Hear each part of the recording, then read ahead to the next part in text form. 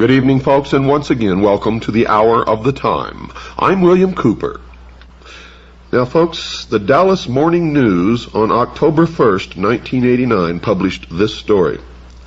Anglican leader calls for unity under Pope. The byline is Associated Press. Rome, Anglican leader Archbishop Robert Runcie called Saturday for all Christians to accept the Roman Catholic Pope as a common leader presiding in love. For the Universal Church, I renew the plea, he said. Could not all Christians come to reconsider the kind of primacy the Bishop of Rome, the Pope, exercised within the early Church? Again, folks, that was in the Dallas Morning News, October 1st, 1989. This story appeared in the Bakersfield Californian, August 27th, 1989. Baptist and Catholic theologians find common ground. Associated Press, New York. Southern Baptists and Roman Catholics, the nation's two largest denominations, generally have been regarded as doctrinally far apart, but their scholars find they basically agree. The 163-page report is a full-scale mutual examination of respective positions of the two traditions. Achieving it was an unprecedented experience for Southern Baptists, commonly averse to ecumenical affairs. The talks, sponsored by the Catholic Bishops' Committee on Ecumenical and Interreligious Affairs and the Southern Baptist Department of Interfaith Witness, involved 18 meetings between 1978 and 1988. Again, that appeared in the Bakersfield Californian, August 27th, 1989. Now, I want you to listen to me very carefully during this broadcast, for the message tonight is extremely important. And understand that I am not attacking Catholics or anyone else. I am merely giving you the results of our research, and sometimes the results of this research is disturbing. It shows how we've been misled and deceived over hundreds and sometimes thousands of years. You see, folks, more wars have been fought and more blood has been shed in the name of religion than any other cause, perhaps all other causes. Countless millions have been slaughtered in the name of God, Allah, Buddha, Muhammad, Christ for thousands of years. Christian killing Jew, Jew hating Muslim, the Muslim against the Hindu, Christian fighting Christian, Shiite versus Sunni, Sikh against Hindu. Endless rivers of blood supposedly shed to rid the world of evil men and make way for peace. And of course, it never happens. And that's what they say about this new world order, that it's going to rid the world of evil men and make way for 1,000 years of peace. Well, is it possible for people of varied faiths and cultures to live at peace in this world? When one considers the fragmentation and division even among Christians, or the never-ending conflict between Palestinian and Jew, prospects for peace seem very, very dim. Some, aware of the dark record of history, would abolish all religion. Some would combine all religion, as is the intent in the New World Order, and anyone who refused will simply be exterminated. Today, something unmatched in history is taking place. Leading statesmen and religious leaders are proposing a new world order, a plan that many sincerely believe can bring peace on earth. A unity is envisioned that will transcend instinctive barriers that have long separated cultures and religions. Significant progress toward a new world order is seen in the spirit of ecumenism, or togetherness, now being urged by prominent religious leaders and being brought to reality, to fruition, by the World Council of Churches. In the ecumenical plan, basic theological or ideological differences are set aside, while emphasis is instead placed upon those elements common to most religions. And I can tell you that the New World religion will be a religion that serves man, because man is to become God in the New World Order. And the religion will change with the needs of man. Could the long-desired universal peace be just around the corner? Could this succeed? Is it actually possible for men to forge a lasting peace on the anvil of compromise? Or could it be that we are naively forging not a new world order, but rather the one world order of apocalyptic prophecy? Or is it all an invention of the mind of man throughout the ages to manipulate large masses and populations of people? I make no judgment, and I do not try to answer all of these questions. You must do that in your own mind. But I must ask those questions, for many of you have never even thought to ask them. While controversial, folks, it is not the purpose of this program, The Hour of the Time, to disparage or attack the honest convictions of any sincere persons, whatever their politic or faith, for I am a true constitutionalist, and I believe that we each have the right to believe whatever we wish, no matter who likes it or dislikes it, and worship at the altar of whichever God we choose, no matter who likes it or who dislikes it. It happens to be one of the precepts of living in freedom. You must understand that. No one's right to believe what they want or practice the religion that they want can be hindered until the practice of that religion or the activation of those beliefs infringe upon the freedom of someone else. Now, I sincerely, in my heart and in my soul, believe this. Without this belief, man cannot live in freedom and must be subjected to slavery, and any intelligent, free-thinking person can quickly make that connection. That is why, even if you do not like the ravings of the Nazi speaker standing on the street corner, he must be allowed to stand and rave. And if you wish to listen, that is your business. If you wish to close your ears and walk away, that also is your business. But when you shut him up, you shut yourself up, no matter who you are or what it is that you say. For what we do to one, we do to all. Therefore, understand, this is a program bringing you information and we hope education, and it is not designed to attack anyone, but merely to shine some light in the dark corners of history where light has not been found before. You see, our purpose is to bring out facts and principles which have a bearing upon coming events. For those of you who may not realize it, this is not a religious show. This is not a religious show. This is a show that is designed to educate, illuminate, if you will, and that's very ironic, because we are illuminating those who call themselves illumined, who have been causing us misery for thousands of years. We're trying to reveal the hidden agenda behind the New World Order, and along with it, the ecumenical movement that almost no one dares to discuss, which is a part of the bringing about of the New World Order.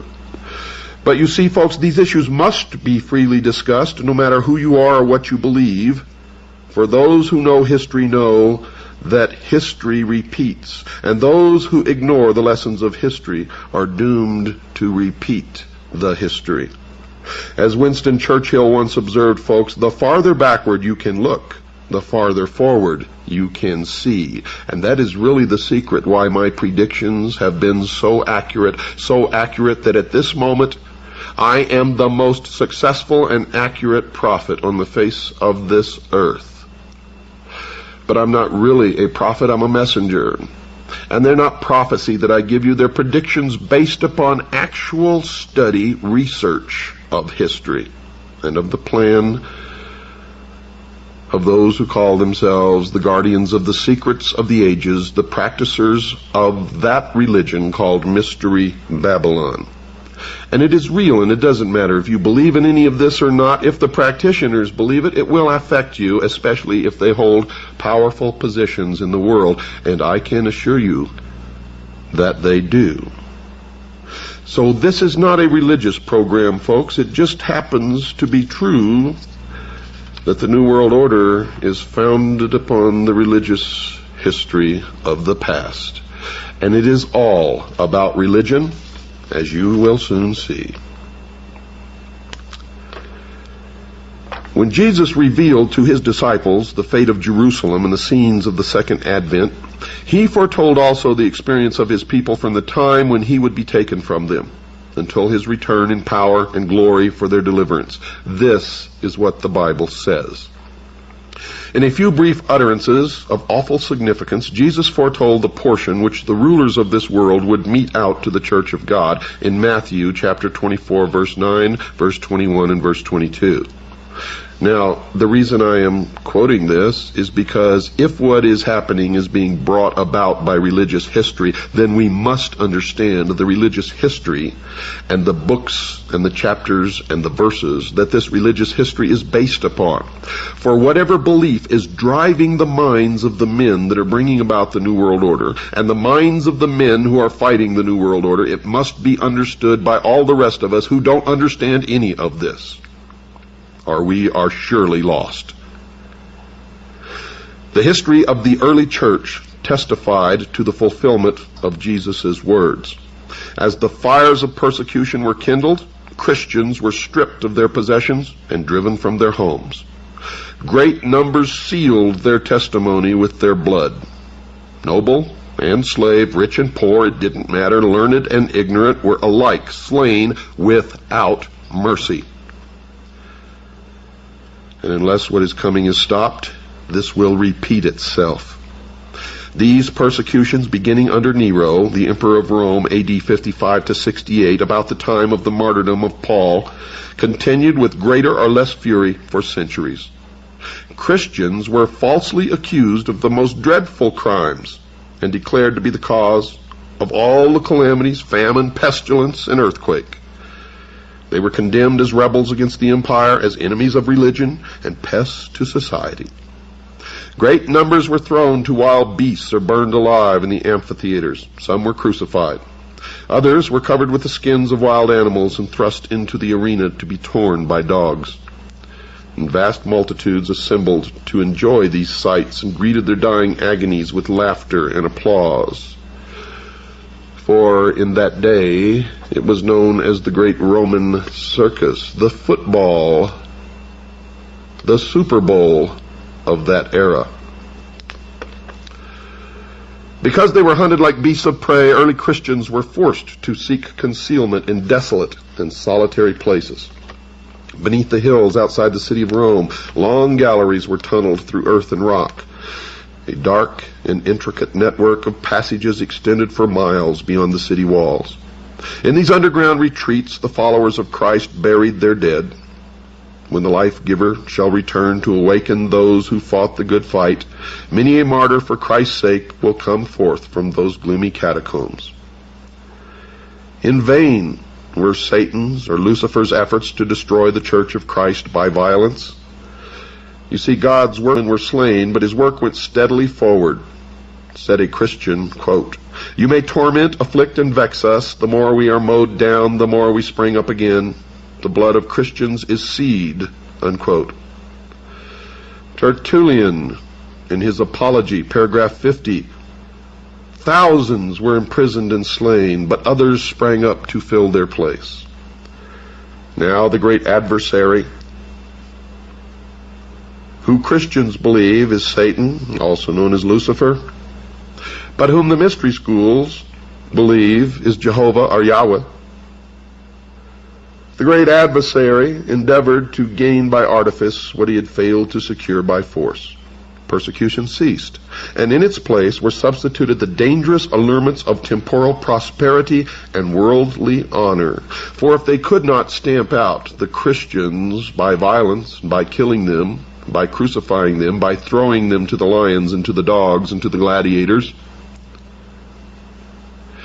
If they could not get rid of them in that manner, and if the empire was threatened by them, then there had to be a way to save the Roman Empire, to save the emperor from that pestilence known as Christianity. Idolaters were led to receive a part of the Christian faith while they rejected other essential truths. They professed to accept Jesus as the Son of God and to believe in his death and resurrection, but they had no conviction of sin and felt no need of repentance or of a change of heart. And with some concessions on their part, they proposed that Christians should make concessions, that all might unite on the platform of belief in Christ. Now the church was in fearful peril. Prison, torture, fire, and sword were blessings in comparison with this. Some of the Christians stood firm, declaring that they could make no compromise. Others were in favor of yielding or modifying some features of their faith and uniting with those who accepted a part of Christianity, urging that this might be the means of their full conversion. And that was a time of deep anguish for the faithful followers of Christ, according to the written history of the Christian religion. This compromise between paganism and Christianity resulted in the development of the man of sin foretold in prophecy as opposing and exalting himself above God. The Apostle Paul, in his second letter to the Thessalonians, foretold the great apostasy.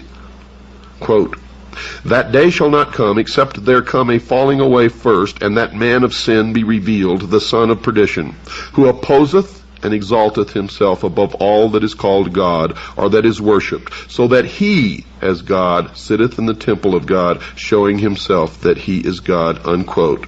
2 Thessalonians chapter 2, verse 3 and 4. And that prophecy has come true. As man stands in the temple of the body today and declares himself to be God. And furthermore, the apostle warned his brethren that the mystery of iniquity doth already work. And what is the mystery of iniquity?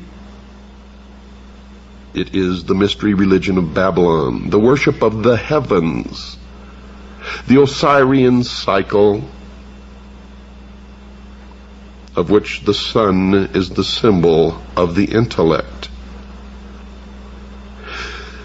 Even at that early date, he saw creeping into the church errors that would prepare the way for the development of that gigantic system of false religion, a masterpiece of Satan's power, a monument of his efforts to seat himself upon the throne and rule the earth according to his will.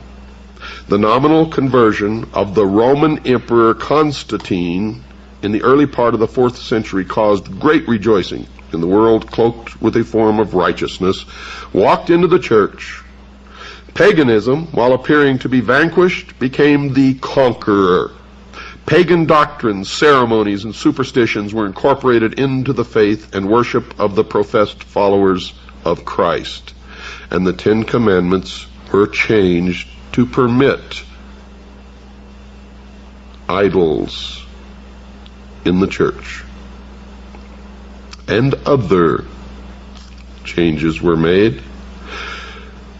You see, the day of rest was changed from the 7th day to the 1st day. Why? Because the 1st day was the date that the pagan religion worshipped the sun, Osiris, the light, Lucifer, the intellect. And so the pure and simple teachings of Christ were corrupted beyond recognition. As Christians consented to lower their standards, a union was formed between Christianity and paganism. Though the worshippers of idols professed to be converted, they united with the church, still clinging to their idolatry, only changing the objects of their worship to images of Jesus and even of Mary and the saints. But they still worshipped the same gods, and they always have. If you look at an aerial view of the Vatican, you will see that the outer courtyard is a round temple of the sun, exactly as the Druids and the Celts built and that in the center of this temple to the sun, to Osiris, stands the symbol of the lost word of Freemasonry, the phallus, the generative force, the penis of Osiris, the obelisk. You see, folks, the Roman Empire never fell. It just became the Catholic Church. And the Roman Emperor merely changed his name from Emperor to Pope. Now, for those of you who may think that I'm crazy and that I've lost my mind, I'm going to read you verbatim from a book entitled Dungeon, Fire, and Sword. It is the complete history of the Knights Templar and the Crusades, written by John J. Robinson, author of Born in Blood. And I'm going to start at the third paragraph on page 414 in the chapter entitled Jesus Wept, 1292 to 1305. That's a date. Those are dates, folks. In London, Edward sent for the master of the Knights Templar in England, Brian de Jay. He told the master of his plans to chastise the upstart William Wallace in Scotland and ask that the Templar Knights go with him to fight for England. The Templar master saw no barrier to committing his knights to a totally secular war that had nothing to do with religion or the true cross. It had been years since the fighting men of the temple had had anyone to fight. The calls for men and money no longer came from the headquarters in the East. They had no need for them. No monarch they knew in Europe was going to go on a crusade, if even the Pope should call it, which he wouldn't, because the Pope had something much more important on his mind. Boniface VIII had come up with a way to increase the papal treasury, a way that could come only once in 100 years. The following year of 1299 marked the turn of a century, and Boniface would turn the usual secular celebration into a jubilee of joy for all Christians. Now there would be new pathways to the total remission of sins, much easier than going off on crusade. Full absolution was offered to any pilgrim who would come to Rome for 15 days with his offering for the church, and thus he could fill his coffers. Even at his most optimistic, the Pope had not foreseen the flood of pilgrims that would bring new prosperity to Rome. The local merchants and innkeepers were delighted with the business generated by almost 2 million pilgrims. 2 priests stood all day and night behind the altar at the Church of St. Paul, using rakes to drag away the steady stream of gold and silver offerings placed there by pilgrims who pushed their way through the mob to leave their gifts. Boniface VIII was ecstatic. He remembered the words said to him as the papal crown had been placed on his head. Quote, "Take the tiara and know that thou art the father of princes and kings, the ruler of the world, the vicar on earth of our Savior Jesus Christ." Unquote. Now he indeed felt like the ruler of the world as he staged a regal pageant. He put on the dress and the insignia of the ancient Roman emperors and went out into the streets with 2 swords held high in front of him, indicating his supreme authority over both the secular and the spiritual worlds, with heralds crying out, quote, "Behold, I am Caesar," unquote. And this is just one example, because all through history the popes have, on occasion, made public admittance of the fact that Rome just became the church. Displayed on the walls of the Vatican is the double-headed eagle, the insignia of only one man who has ever lived, the Emperor of Rome. Now, so that I may not be accused of invention, folks, everything that I'm giving you in this broadcast is coming right out of the writings of the historians of the Catholic Church, of the Protestant Church, of the Roman Empire, of the Knights Templar, and many others. You see, I'm not inventing any of this. It happens to be historical fact. And if you have eyes and can see, the emperor, now the pope, to gain converts from heathenism, unsound doctrines, superstitious rites, and the adoration of images and relics were gradually introduced into Christian worship. The decree of a general council, the Second Council of Nice, AD 787, finally established this system of Christian idolatry. To complete the sacrilegious work, Rome presumed to erase the second commandment, forbidding image worship, from the law of God, and to divide the 10th commandment to preserve the number. According to Christian historians in the Protestant Church, Satan tampered with the 4th commandment also, and purposed to set aside the ancient Sabbath, the day which God had blessed and sanctified, in Genesis chapter 2, verse 2 and 3. And in its stead to exalt the festival observed by the heathen as the venerable day of the sun. This change was not at first attempted openly. In the first centuries, the true Sabbath had been kept by all Christians. They were jealous for the honor of God, and they zealously guarded the sacredness of its precepts. But with great subtlety, Satan worked through his agents to bring about his object.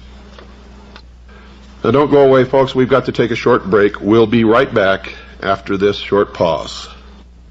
Early in the 4th century, the Emperor Constantine issued a decree making Sunday a public festival throughout the Roman Empire. The day of the sun was reverenced by his pagan subjects and was honored by Christians. It was the emperor's policy to unite the conflicting interests of heathenism and Christianity to save the Roman Empire.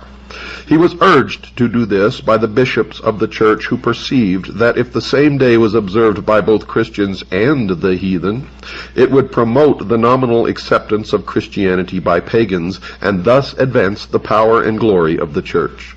But while most Christians were gradually led to regard Sunday as possessing a degree of sacredness, some still held the true Sabbath holy, and they continued to observe it in obedience to the 4th commandment. Now they believed that Satan had led the Jews, before the advent of Christ, to load down the Sabbath with the most rigorous exactions, making its observance a burden. He cast contempt upon it as a Jewish institution until finally the pagan Sunday came to be honored as a divine institution, while the Bible Sabbath was pronounced a relic of Judaism and its observers were at last declared to be accursed. And the outcome of this is that the Jews have been persecuted throughout history. They have become the scapegoat that you learned about in an earlier broadcast. The spirit of concession to paganism opened the way for a still further disregard of heaven's authority. The visible head of the church, the Pope, came to be almost universally acknowledged as the vice-regent of God on earth, and he was endowed with authority over church and state. More than this, the Pope appropriated the very titles of deity. He styled himself, quote, Lord God the Pope, unquote, assumed infallibility, and demanded that all men pay him homage. Faith was transferred from Christ, the true foundation of the Christian Church, to the Pope of Rome. Instead of trusting in Christ for forgiveness of sins and for eternal salvation, people looked to the Pope and to the priests and prelates to whom he delegated authority. They were taught that the Pope was their earthly mediator, and that none could approach God except through him, and further that he stood in the place of God to them, and was therefore to be implicitly obeyed. A deviation from his requirements was cause for the severest punishment to be visited upon the bodies and souls of the offenders. Through this error the people were turned from God to fallible, erring men.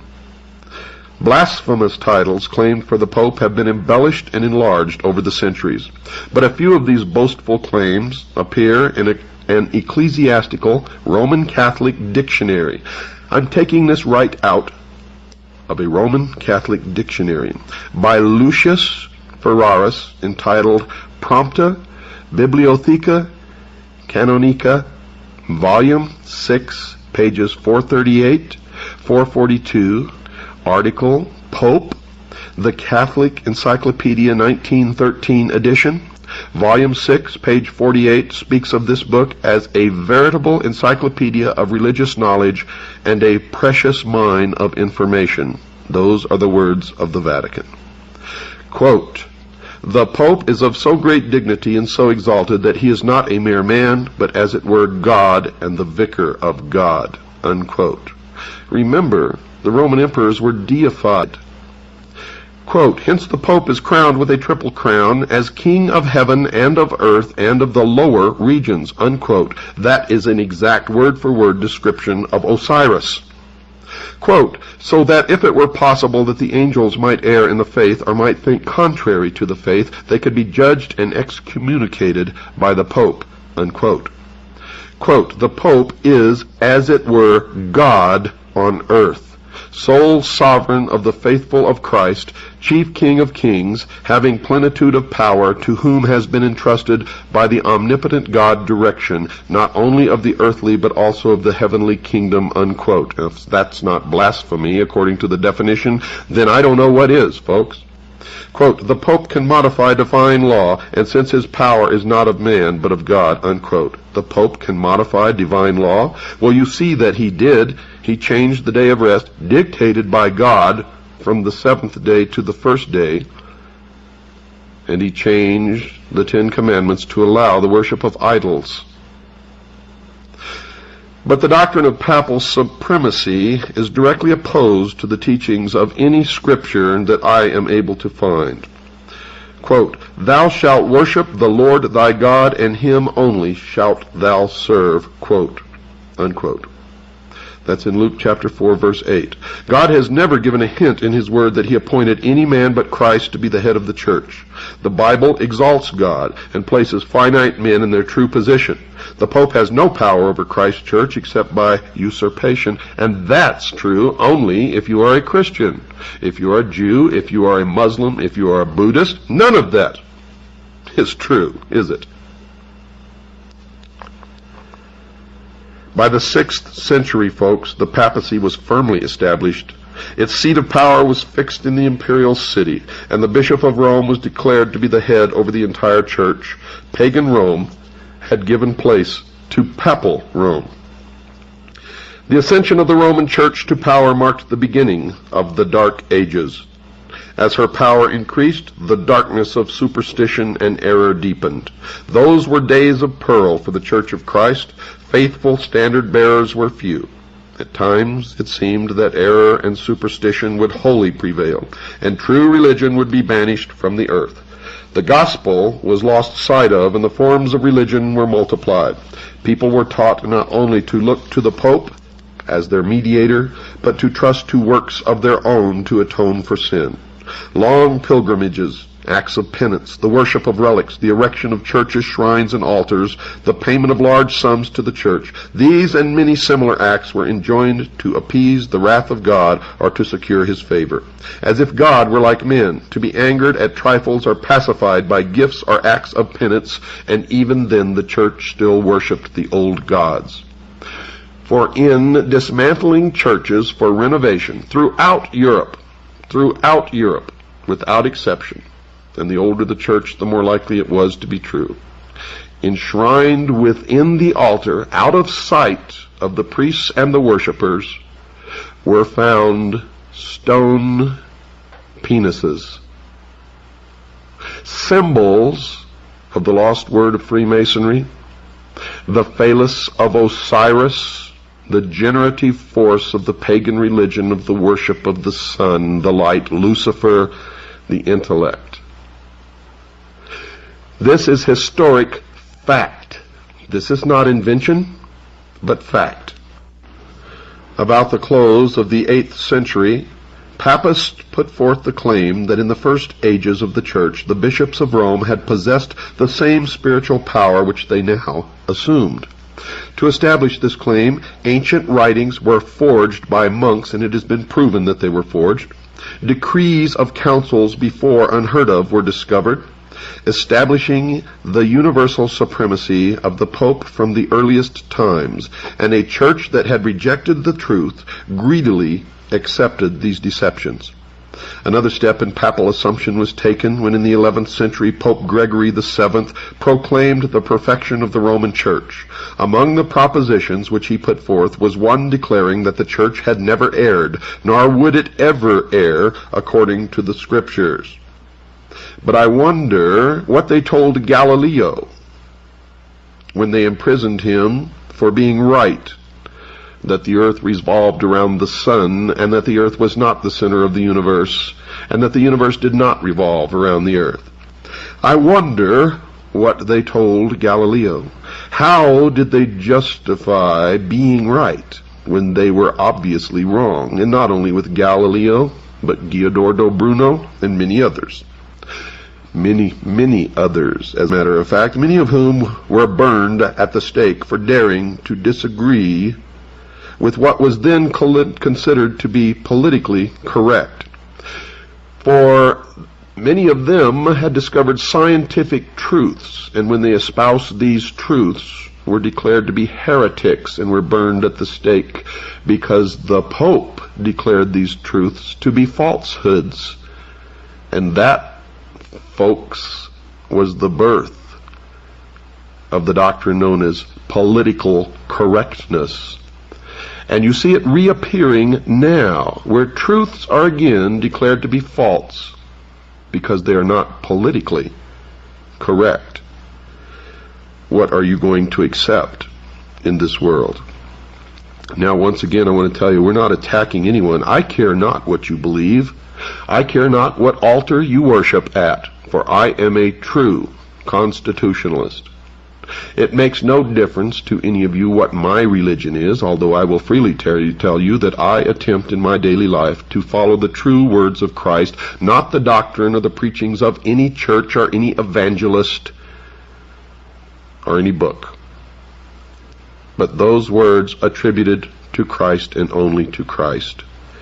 And as the rock upon which those words stand, the 10 Commandments as given to Moses by God. That is the sum total of my religion, of my beliefs, of what I practice in my daily life. I'm not asking you to do that at all, but I am asking everyone to quit accepting what they are told, to begin an honest, individual, personal search for the truth. For we can no longer live in deception. We can no longer live the lies of the past. Great change lies ahead of us, folks. Change will come whether we want it or not, for that is the way of the world and the way of the universe. And if we are still living in lies and deceptions and manipulations, then that change will be for the bad, just as it has always been throughout the history of the world, and blood will flow and people will suffer, all in the name, once again, of religion. And I, for one, am sick of it. Sick of it. We must discover the truth, and we must lead our lives by the truth, and we must take the truth into the future, and we must determine the future from the truth and nothing else. Nothing else. For if we do not, those who have decided that they are the only truly mature minds, and thus the only ones capable of rule, because the rest of us do not use our intelligence, and thus are beasts of burden and stakes on the table by choice and consent, no better than animals who do not have intelligence, they have determined that they are going to shackle us once again in slavery, because we cannot control ourselves, or rule ourselves, or live by the truth. This is what they have determined, right or wrong, whether you believe them or whether you believe that they know what they claim that they know or not. It is what they have determined, and I assure you they are in control right now. Right now. Right this moment. And in this country, their headquarters is in the temple without windows, exactly 13 blocks from the White House, the headquarters of the Scottish Rite of Freemasonry. Now, when the Pope declared that the Church had never erred, nor would it ever err, according to the Scriptures, the scriptural proofs did not accompany the assertion.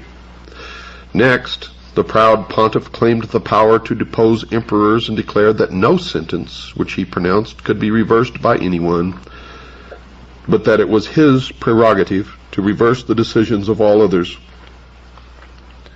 The advancing centuries witnessed a constant increase of error in the doctrines put forth from Rome. Even before the establishment of the papacy, the teachings of heathen philosophers had received attention and exerted an influence in the church. Prominent among these was the belief in man's natural immortality and his consciousness in death. This doctrine laid the foundation upon which Rome established the invocation of saints and the adoration of the Virgin Mary. From this sprang also the heresy of eternal torment for the finally impenitent, which was early incorporated into the papal faith.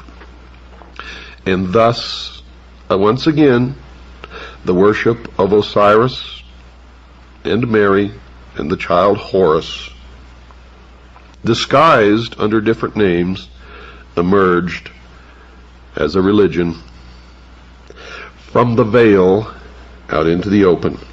The only thing that has changed is the names. Then the way was prepared for the introduction of still another invention of paganism, which Rome named purgatory and employed to terrify the superstitious multitudes.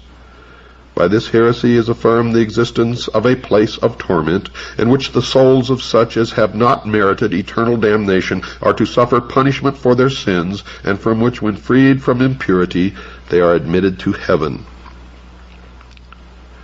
The scriptural ordinance of the Lord's Supper was supplanted by the idolatrous sacrifice of the Mass. Papist priests pretended by their senseless mummery to convert the simple bread and wine into the actual body and blood of Christ. And those are the exact words, body and blood of Christ, written by Cardinal Wiseman. The real presence of the body and blood of our Lord Jesus Christ in the Blessed Eucharist, proved from Scripture, Lecture 8, Section 3, Paragraph 26. But no Scripture is quoted. With blasphemous presumption, they openly claimed the power of creating God, the creator of all things. All Christians were required on pain of death to avow their faith in this horrible, heaven-insulting heresy, and multitudes who refused were given to the flames, were burned at the stake. Is it any wonder that the invisible college, the worshippers of Mystery Babylon, those who call themselves the guardians of the secrets of the ages, hate Christianity? Still another fabrication was needed to enable Rome to profit by the fears and vices of her adherents, and this was supplied by the doctrine of indulgences. Full remission of sins, past, present, and future, and release from all the pains and penalties incurred, were promised to those who would enlist in the pontiff's wars to extend his temporal dominion, to punish his enemies, or to exterminate those who dared deny his spiritual supremacy. The people were taught that by the payment of money to the church they might free themselves from sin and release the souls of their deceased friends who were confined in the tormenting flames. By such means Rome filled her coffers and sustained the magnificence, luxury, and vice of the pretended representatives of him who had not where to lay his head. And the old Roman Empire flourished under the guise of the Vatican, the papacy, the Catholic Church. In the 13th century was established that most terrible of all the engines of the papacy, the Inquisition. The Prince of Darkness worked through the leaders of the papal hierarchy in their secret councils. Satan and his angels controlled the minds of evil men who invented tortures too horrible to appear to human eyes. Babylon the Great was drunken with the blood of the saints. The mangled forms of millions of martyrs cried to God for vengeance upon that apostate power. This is word to word from history, folks. Popery became the world's despot. Kings and emperors bowed to the decrees of the Roman pontiff. The destinies of men, both for time and for eternity, seemed under his control.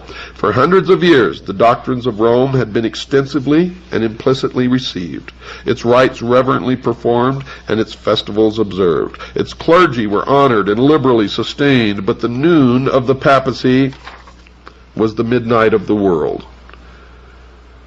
That was written by J.A. Wiley in the History of Protestantism. Now, Protestantism is not lily-white either. I use that term lily-white because throughout history it's been used to describe good, when in fact, in many instances, there's nothing good about it whatsoever. Protestantism, folks, began in the Reformation. When Martin Luther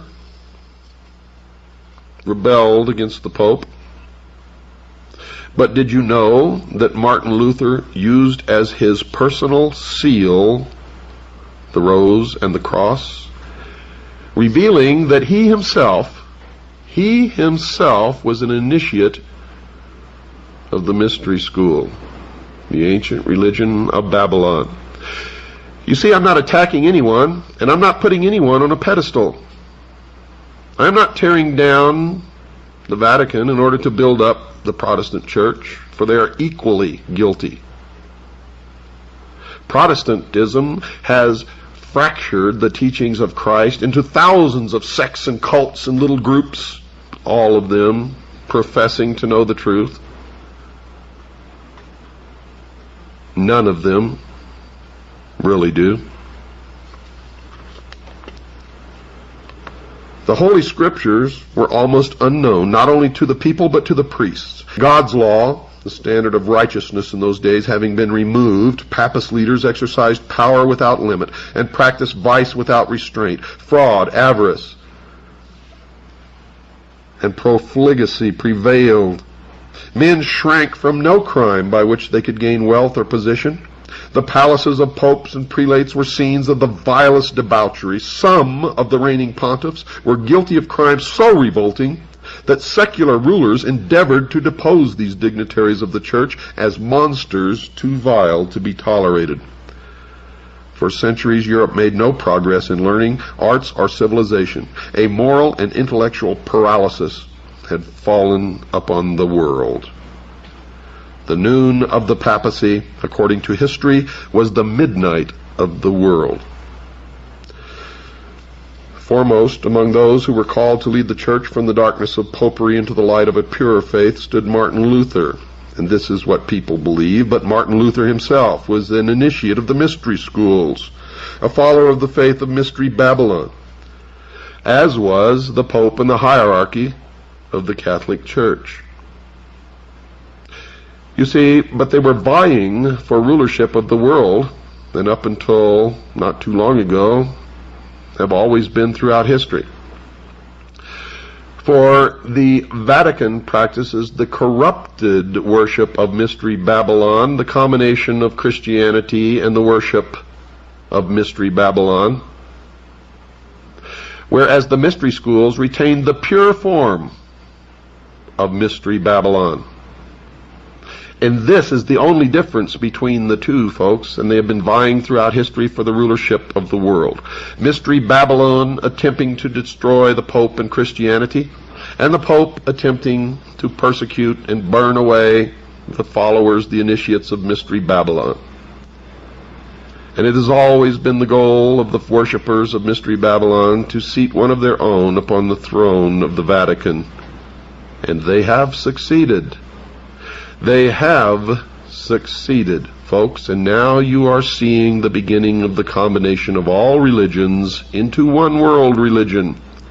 And while the world and the New Age movement may be waiting for the emergence of Maitreya, I tell you now here, and remember, that I have been the most accurate in making predictions about future world events than anyone in the history of the world, based upon study and knowledge, not psychic ability, not any gift given to me from God, although I am a messenger, I can assure you of that. I tell you that in the New World Order, the one world, charismatic, and religious leader will be seated upon the throne of Rome. Mark my words. And for those of you who do not understand yet, the Protestant religion was created by the mystery schools to bring down the authority of the Pope. just as this nation, the United States of America, was created by the mystery schools to topple the monarchs, the kings and queens, from their thrones. You see, whatever you want to believe in, folks, is okay with me. Let's just believe from a position of knowing the truth. Good night, and God bless each and every one of you.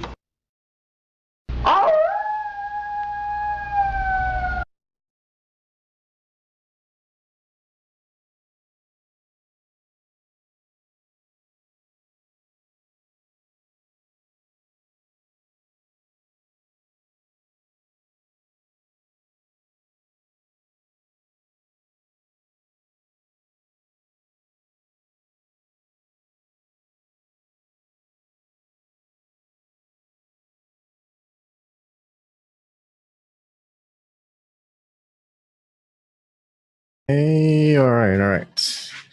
So let me get the invite. I'll go and post it into the YouTube description box. Anyone can join. That's the premise of what we do. All I ask is, well, go ahead and keep reading the description box. Anyone who tries to interrupt or disrupt a conversation or take away another's right to free speech will be kicked out. Those who personally attack others will be warned, timed out, and finally banned if the behavior persists. Or if you want to make attempts to share things to get me struck out of YouTube, you know, like porn or whatever, stuff like that. You can talk about porn. So, all right. It should be updated if people want to come in.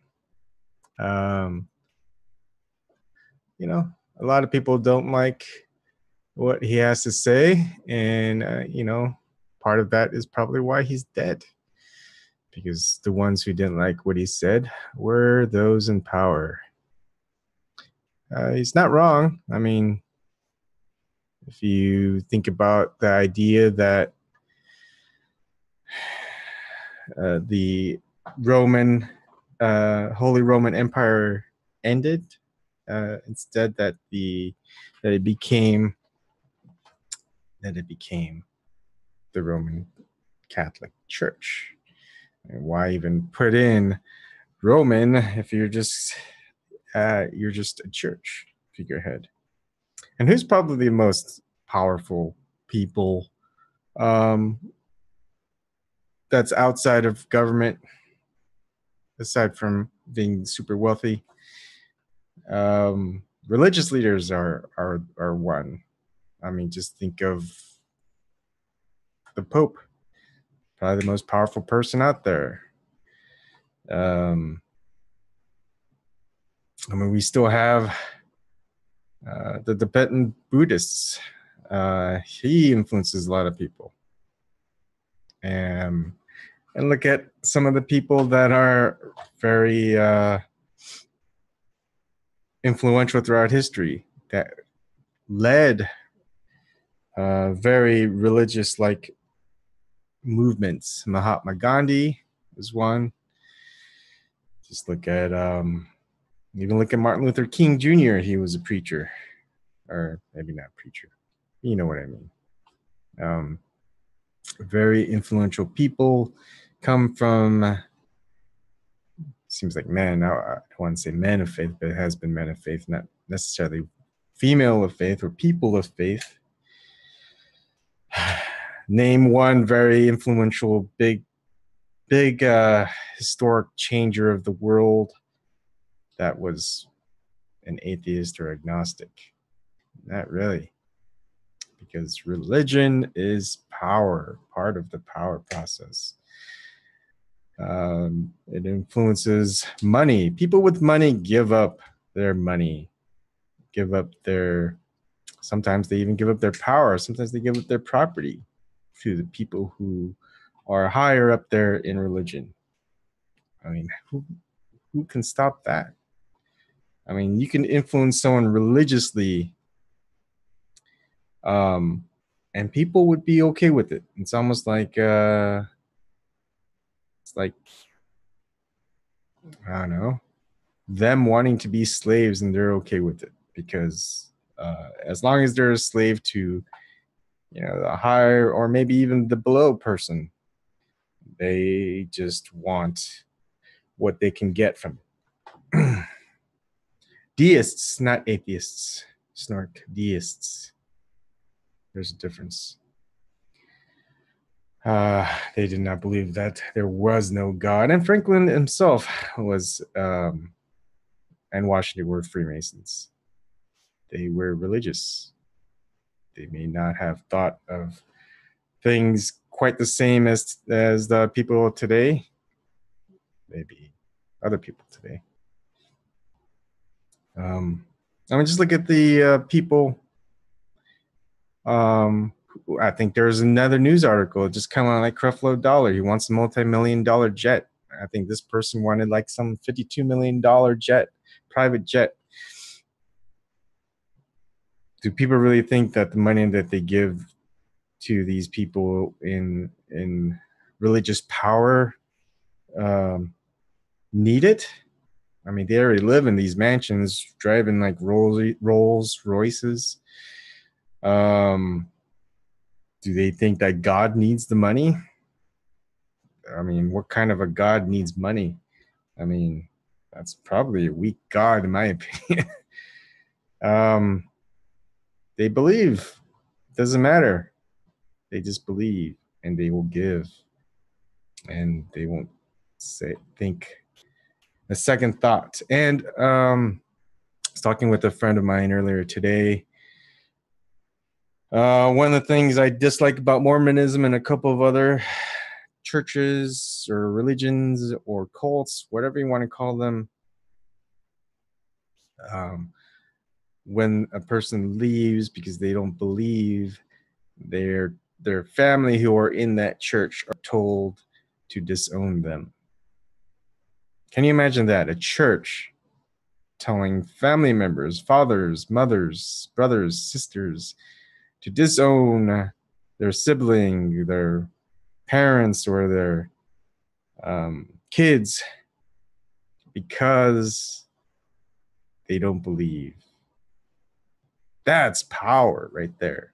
And these family members will do it. You can separate family members with just belief. I mean, there's nothing more powerful. Even money doesn't do that. Even politics doesn't do that. Religion does that. So, power of belief and manipulation. And that's probably why I'm agnostic and I don't believe in any of that stuff. Because what kind of God would tell you to disown your own family? Honestly. Because you're not worshipped as a deity. I mean, what kind of ego do we have as these figureheads of supreme beings, of godliness, or whatever you want to call it? They're just assholes.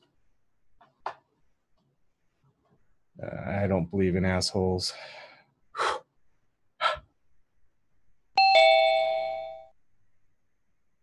Hi, Stevie. How's it going? I don't hear you. I might be getting your mic set up. Oh, there you go. I hear you now. Hello? You're muted.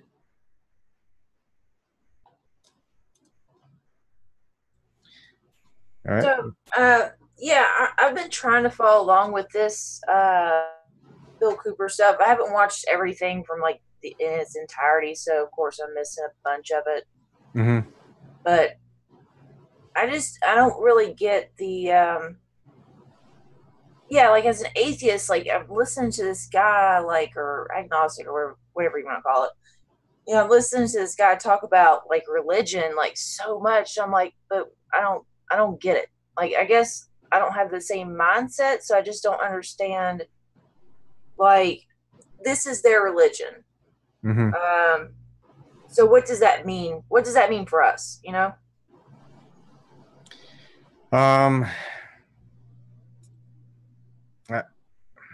That's a good question.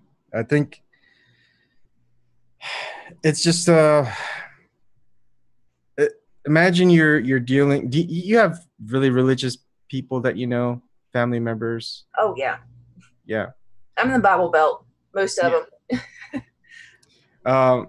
Can you convince them of something that doesn't make logical sense, or that that they just believe it and they fit whatever it is to support that belief, not necessarily that they think of outside that belief system and investigate it on its own merit, type of thing. Like, you know, when they talk about like creationists, when they talk about the watch, how it's specifically engineered, etc., as opposed to that it could just be just a hodgepodge and evolutionary process of that we see in nature and observe. I mean, it's not wrong. It's just a philosophical standpoint of an interpretation. But their thought process is they already know what the answer is. They're just trying to make sense of how everything else is to fit that answer. Mm-hmm.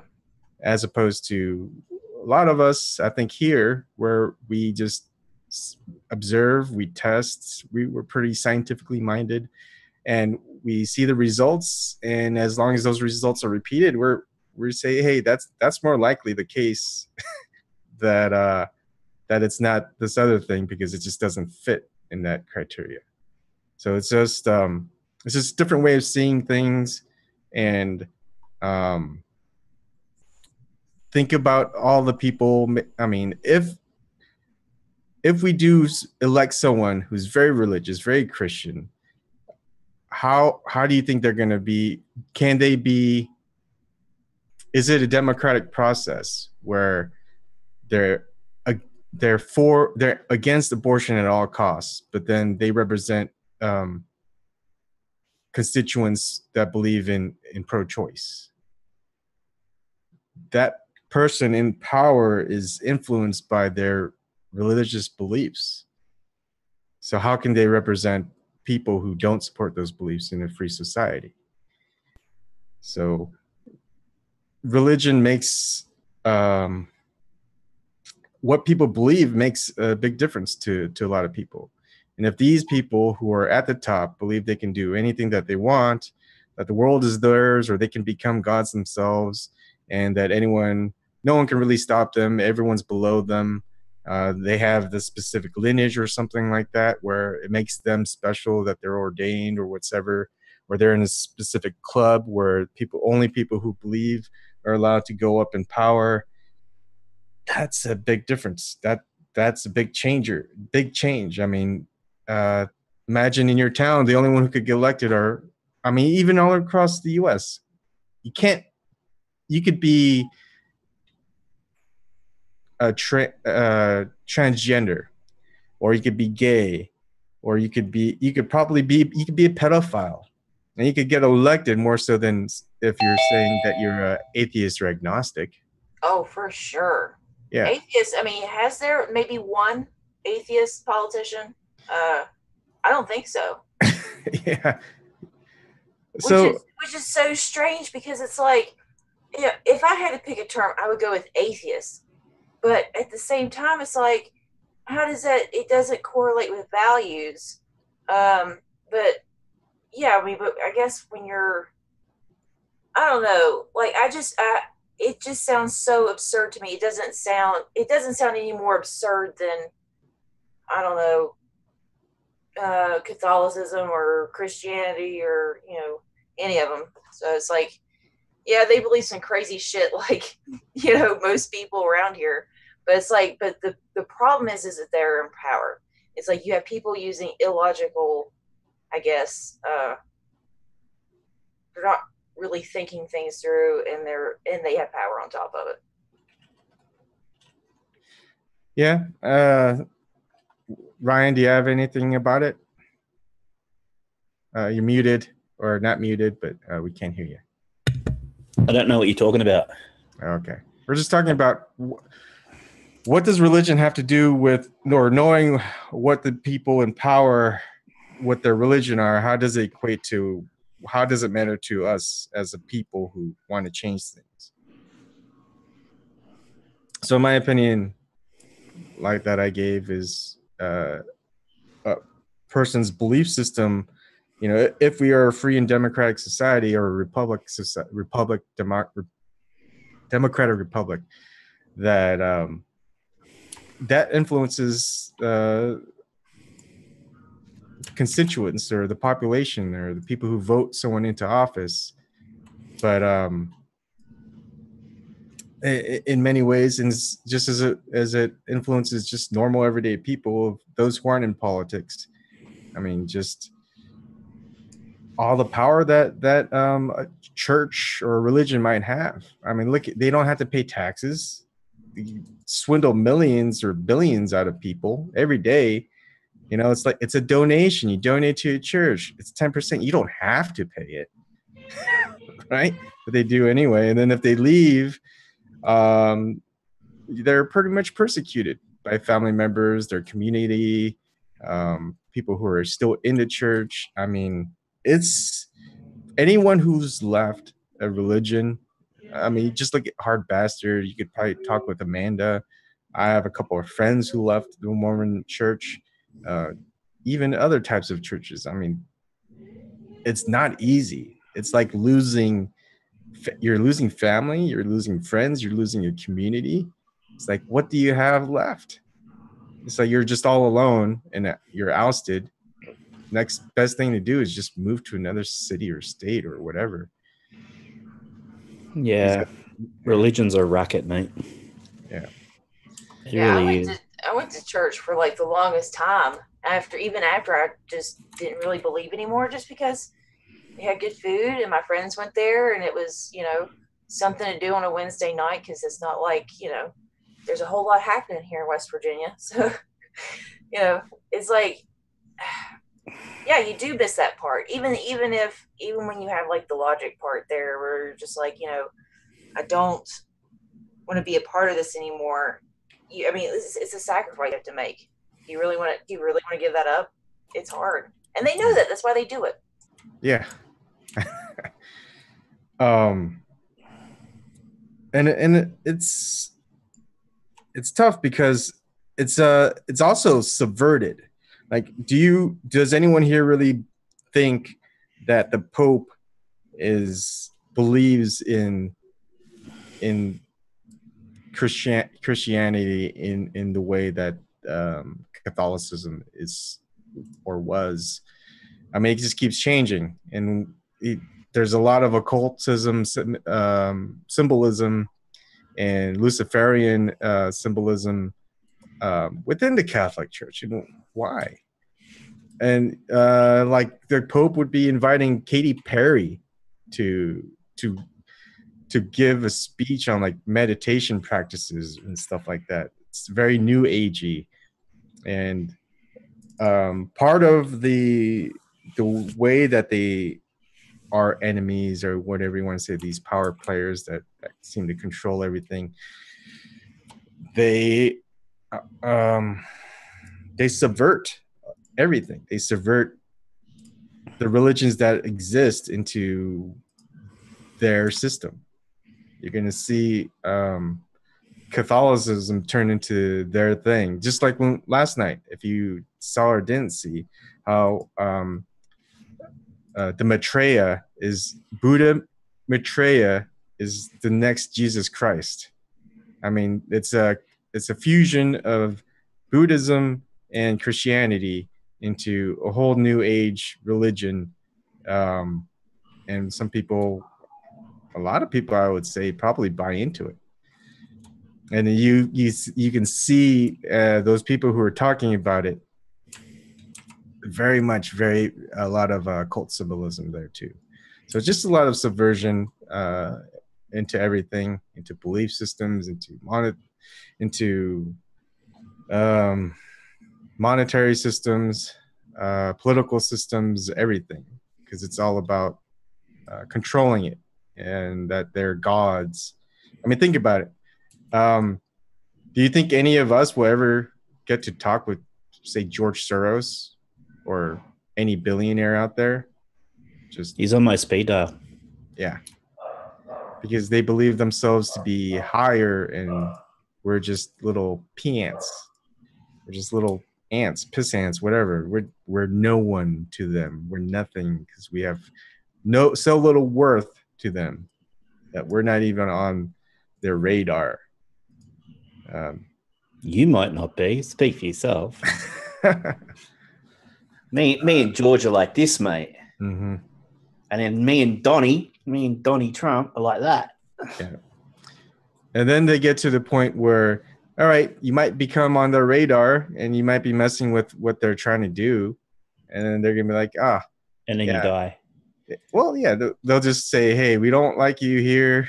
Or, hey, give us some money. It's like, well, I ain't giving you any money. It's like, all right. And the next day you're like, your manager says, hey, you just got turned down for this and this. Your tours are stopped. Your speeches, they've been canceled. You're getting audited by a IRS. Hey, you're also getting sued. It's like they can put any amount of pressure on you whatsoever. And then you're like, oh, all right, okay, all right, you beat me. What do you want? They get what they want. And you could be as famous or as rich or as powerful as you think you are. But when it comes down to it, they have this entire network to their own use, for their own usage. And we can't do anything about it. At least not individually. As a collective, maybe. You reckon you can do something as a collective? It's been done in the past. It just gets harder and harder now. It's taken us so long to actually have a revolution, to have a challenge to the power process. Now they're enmeshed in everything. They have almost total control. And not only that, with technology, it's getting harder to obtain. It's everything. I mean, even look at the platforms of media where people can talk about stuff. No one can really talk about stuff, not even in the US. We're limited. We have to go to decentralized platforms to even talk about it and have it keep up. Even then, they're messing with our subscription feed now. Mm-hmm. You see that? Oh my gosh, I was so tore up over that. I go to, because this is, the notifications are spotty, and if you do get them, they're like an hour late. So I check my subscription feed pretty often, but now everything's so out of whack. I don't even know. I'm missing so many videos. There's people that won't pop up. Apparently, Jimmy Dore, even though I check his channel frequently, never is on my top people to check. I have to scroll through all and go down to the bottom of the list before I can get to his show. This is what they're doing on all fronts. And they're making everybody afraid to actually speak. You can't talk on Twitter. You can't talk on Facebook. You can't, Skype is everything is like, just, you can't say anything because you're going to get fired, or be outcast from society. It's like we're having these, public sacrifices where we witch hunt. We find somebody that offends us, and then we put them up and shame them in front of the whole nation, take away their job. And it's just like, yeah, we fixed that problem. But we didn't. We didn't, because now they're hateful and they don't have a job. So it's like, yeah, I'm sure that really improved their belief there, Yeah. How many people are aware of the news system for notifications on YouTube? You click the bell once, and it randomly either picks, I want some notifications, You click it again and it goes off. You click it again and it goes to I want all notifications. I haven't noticed. I mean, it also gets... the message isn't even on the same part of the screen you're looking at. It's down in the corner. Yeah. Yeah, and they can change anything they want. I mean, they have these user agreements. You don't even have to click OK anymore. It's just telling you if you want to continue using it, you're basically by default agreeing with its usage. And what can you do? If you decline, you can't use it anymore anyway. So it's it takes a mass exit. I would say exodus, but I don't want to start using religious terms. Just to make a dent.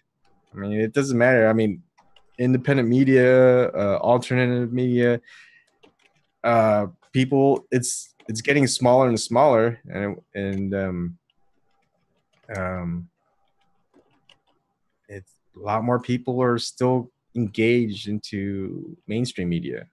Pop culture is still big, even if you hate a lot of these singers and songwriters. I bet most of you, well, maybe not us, most of the people that we know that probably still don't have cable know the latest hit songs, hit videos, music videos.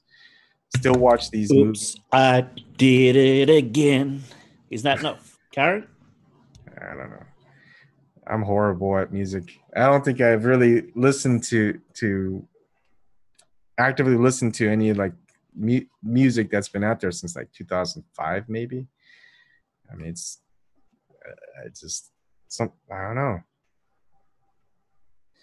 And the symbolism. Why is there's symbolism in everything, in politics, in government, in celebrityness? Is Egyptian culture just so awesome that are pyramids just in the all-seeing eye? Is that just so cool and hip for like decades that they've been around since like the 70s, 60s, 70s, 80s, whatever, that it's still popular today? Imagine bell bottoms being popular for almost half a century. What, you mean they're not? Yeah, that's okay. Maybe I'm really out of the loop because I still thought that was a thing. Mm-hmm. Okay, maybe I picked the wrong one. Maybe like hot pink. Maybe not that. Yeah, we are not the people to be talking about trends. We are not fashionistas, man. I don't know what's been happening. I heard they were advertising for an old school radio night the other night for 30 years old and up. Old school. We're old school. Oh yeah, old school. It hit me hard, man. What? I'm hip. I'm with it. We've got a radio station called Gold 104, and all the 90s music is starting to being played on there. I'm just like, oh god, I'm getting old, because it was like when I was younger, it was like 60s, 70s, and then I got a little bit older. Then they started doing the 80s, and now they're doing the 90s. It's just like, oh man. You know you're old when the kids start calling that music oldies or classics. Oh yeah, we're so close to just 90s being oldies now. Oh man. I'm not prepared for this. Yeah. It's like, welcome to the oldie station, and here is Black Hole Sun. It's like, what? Yeah, man. It's like Gold 104. You're listening to Pearl Jam Jeremy. Like, I remember buying that album when it first came out. It's just like, yeah. And it's getting played on this station. Can't have it. Well, anyways, anything else pertaining to this? Or do you want to host on your channel, Ryan? No. Anyone else want to? Still good. All right. Well, I'll switch it to open topic. Anything goes. Yeah. No. All right, just stay on. Anyone else who's on live chat and watching, just stay on. The feed will end for a minute or two, and then it'll come back on. And you're gonna miss all the saucy stuff. Wow. Oh yeah. All right. Ebon talking about penis in museums and stuff. like yesterday.